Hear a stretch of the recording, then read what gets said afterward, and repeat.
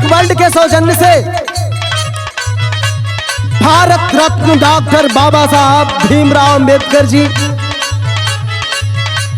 संविधान बना के वो एहसान पूरे भारत के ऊपर किए कि कुछ लोग केवल राजनीति के लिए भले ही पोस्टर पे बाबा साहब की फोटो लगा लिया करते हैं, बाबा साहब को मानते हैं। अगर बाबा साहब की मान जाए तो हमारा भारत देश पूर्ण रूप से आजाद हो जाए। एक लाइन आप लोगों के लिए कहना है, क्या? गुलामी के आलम में भारत माता रोवली,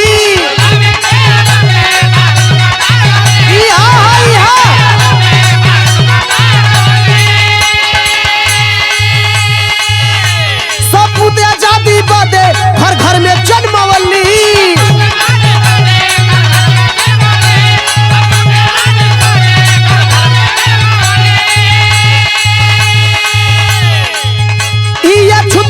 बहुत दुख सहले बड़े, बहुत दुख सहले बड़े, त्याग बलिदान बदले का लेहले बड़े, त्याग बलिदान बदले का लेहले बड़े। बाबा साहब तो सब ही के देहले बड़े, अरे सबके देले बड़े।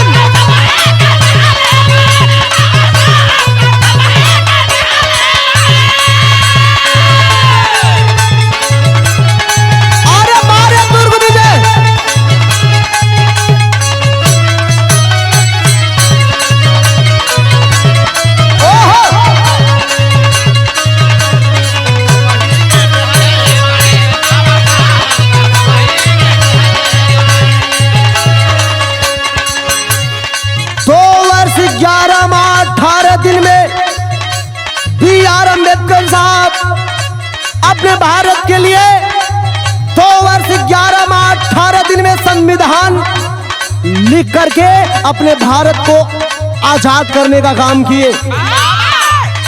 रुपया पैसा धन दौलत को महत्व देने वालों, अगर बाबा साहब अपने बैंक अकाउंट खाते में अगर पैसा रखना चाहते तो बाबा साहब के जैसा, बाबा साहब के इतना पैसा रुपया किसी के पास नहीं होता। लेकिन सिर्फ मेरे लिए, आपके लिए, हमारे समाज के लिए, पूरे हमारे भारत के लिए किए, पैसा नहीं कमाए। इसलिए कभी रामा कभी गाजीपुरी की लाइन संकेत करती है संतोष जी, संविधानवा साजे सपनवा यह सन कैसे भुलाई न हो।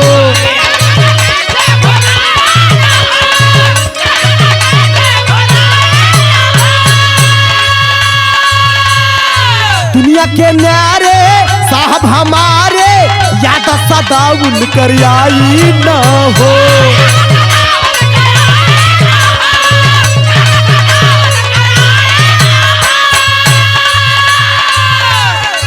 मनुवादी दीवार कुल ढहले बड़े, मनुवादी दीवार कुल ढहले बड़े, त्याग बलिदान बदले का लेहले बड़े, त्याग बलिदान बदले का लेहले बड़े। बाबा साहब तो सब ही के देहले बड़े।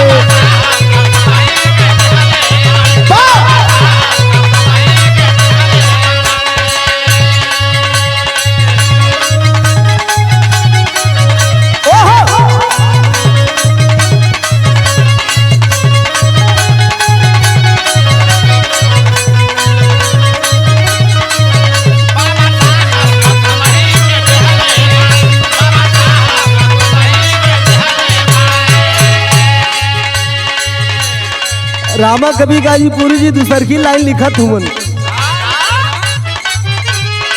हिम्मत लेके पैसा न देखे कैला न कबो नौकरिया नू हो।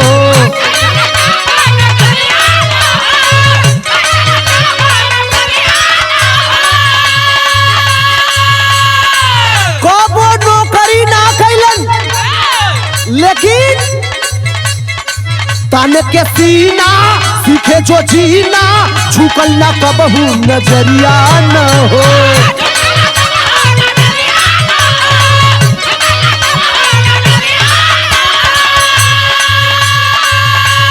बाबा साहब संदेश दिए, शिक्षित बना सभी से मत कहले बाड़े, शिक्षित बना सभी से मत कहले बाड़े, क्या का बलिदान बदले काले हले बाड़े, क्या का बलिदान बदले काले हले बाड़े। बाबा साहब तो सब ही के देहले बाड़े।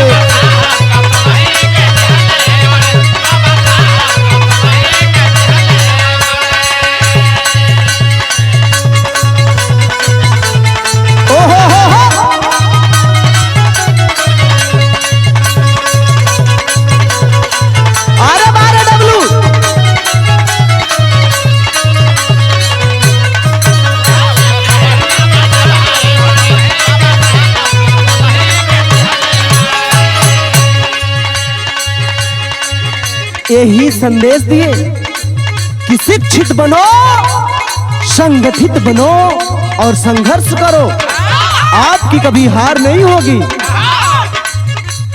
अगर F-15 वालों से जीतना है, अगर उन्हें हराना है, अगर उनका मुकाबला करना है तो शिक्षित बनना पड़ेगा, संगठित करना होगा, तभी जाके आप मुकाबला कर पाओगे। बाबा साहब B.R. अम्बेडकर जी धर्म छोड़ दिए। बाबा साहब B.R. अम्बेडकर जी हिंदू धर्म को त्याग दिए। जानते हैं क्यों? क्योंकि हिंदू धर्म में बहुत बड़ा अपमान मिल रहा था। उन्हें पता था कि हम सब पानी नहीं पी सकते। छुआछूत की भावनाएं चरम सीमा पार कर रही थी, इसलिए उनको हिंदू धर्म छोड़ना पड़ा। तो कभी भी भाव लिखते हैं, पाखंडी कर्म को हिंदू धर्म को लाचार हो करके छोड़े ना हो।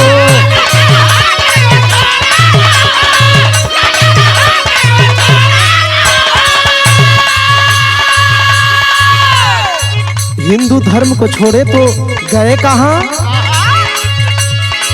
बुद्ध शरण में, भाव भजन में विश्वास का तार छोड़े ना हो।